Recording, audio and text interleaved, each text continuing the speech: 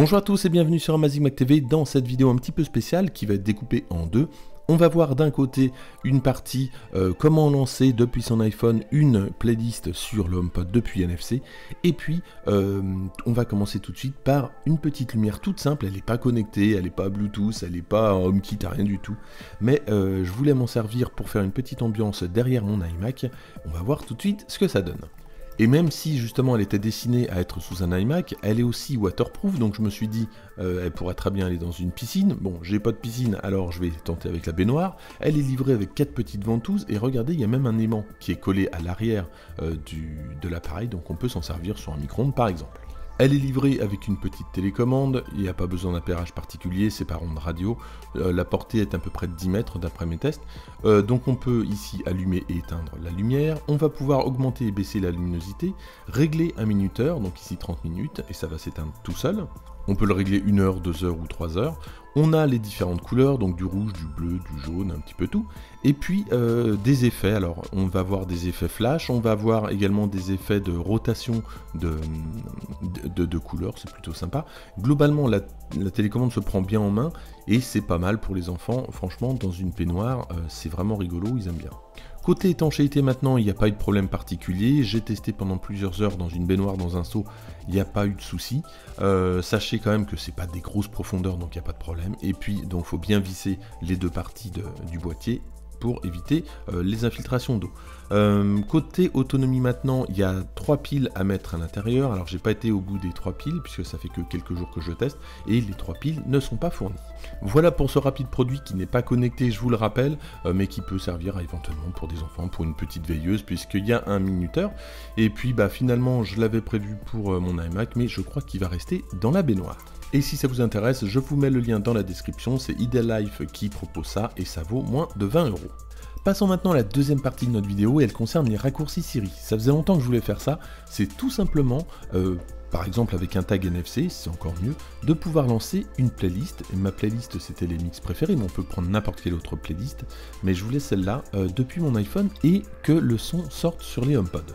Alors certes, il y avait des raccourcis qui permettaient de lancer des playlists depuis l'iPhone sur l'iPhone, c'était tout simple, mais rien directement sur le HomePod. Avec iOS 13 sont apparues les automatisations qui ont permis ça. Alors qui ont permis oui et non, parce que l'option était présente, mais c'était pas possible puisque les HomePod eux-mêmes n'étaient pas mis à jour.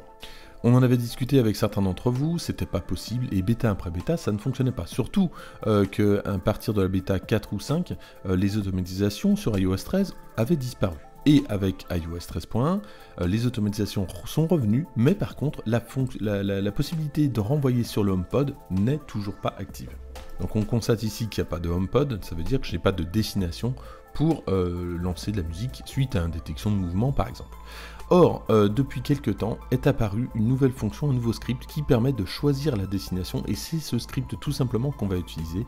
Donc on va lui dire de trouver une playlist en n'importe laquelle, la mix préférée pour l'exemple, et on va lui dire la destination c'est l'HomePod. Donc on va créer un nouveau raccourci.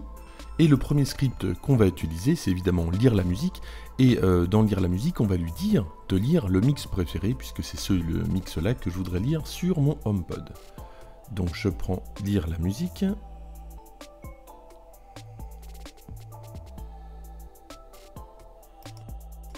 Et là, je vais changer donc la lecture. Je vais dans pour vous, puisque le mix préféré, c'est Apple Music qui le prépare tous les mardis dans l'onglet pour vous. Et je clique sur le petit plus. Ensuite, j'ajoute une nouvelle action, je vais dans Médias pour rechercher mes actions qui ont un rapport avec Médias, et je vais chercher destination pour la lecture. Voilà, ça s'appelle définir donc destination pour la lecture. Donc je sélectionne. Et tout simplement, je vais lui dire maintenant, il va falloir lire dans Salon, donc ce qui correspond à mes HomePod. Voilà, mon script est prêt, donc si je le lance à partir d'ici, ça va fonctionner évidemment. Avant, je vais quand même personnaliser son icône. On va lui changer sa couleur et puis son icône.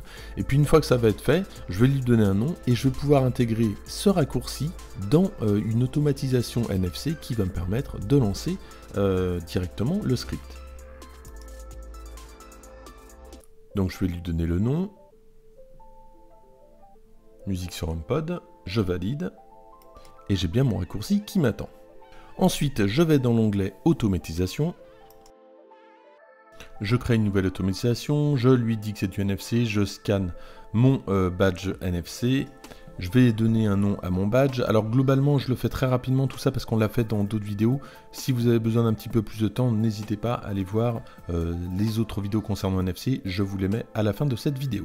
Une fois qu'on a fait suivant, donc on va choisir une application. Donc là, je vais prendre l'application raccourci qui va me permettre d'exécuter un raccourci. Et le raccourci en question, c'est celui qu'on a créé juste au début. On va le sélectionner. Voilà, on le voit en bas, il s'appelle Musique sur HomePod. Et il n'y a plus qu'à l'utiliser. J'ai plus qu'à rapprocher mon iPhone de mon tag NFC et ça va lancer la musique sur l'HomePod. Alors c'est une bonne nouvelle d'avoir en tout cas cette possibilité, ce script de destination, puisque pour le moment, toujours dans automatisation, on n'a pas la possibilité de se servir d'un HomePod, mais ça viendra peut-être dans des prochaines bêtas. Merci d'avoir suivi cette vidéo un petit peu particulière, n'hésitez pas à la partager, à la liker et à vous abonner si ce n'est pas déjà fait. À bientôt.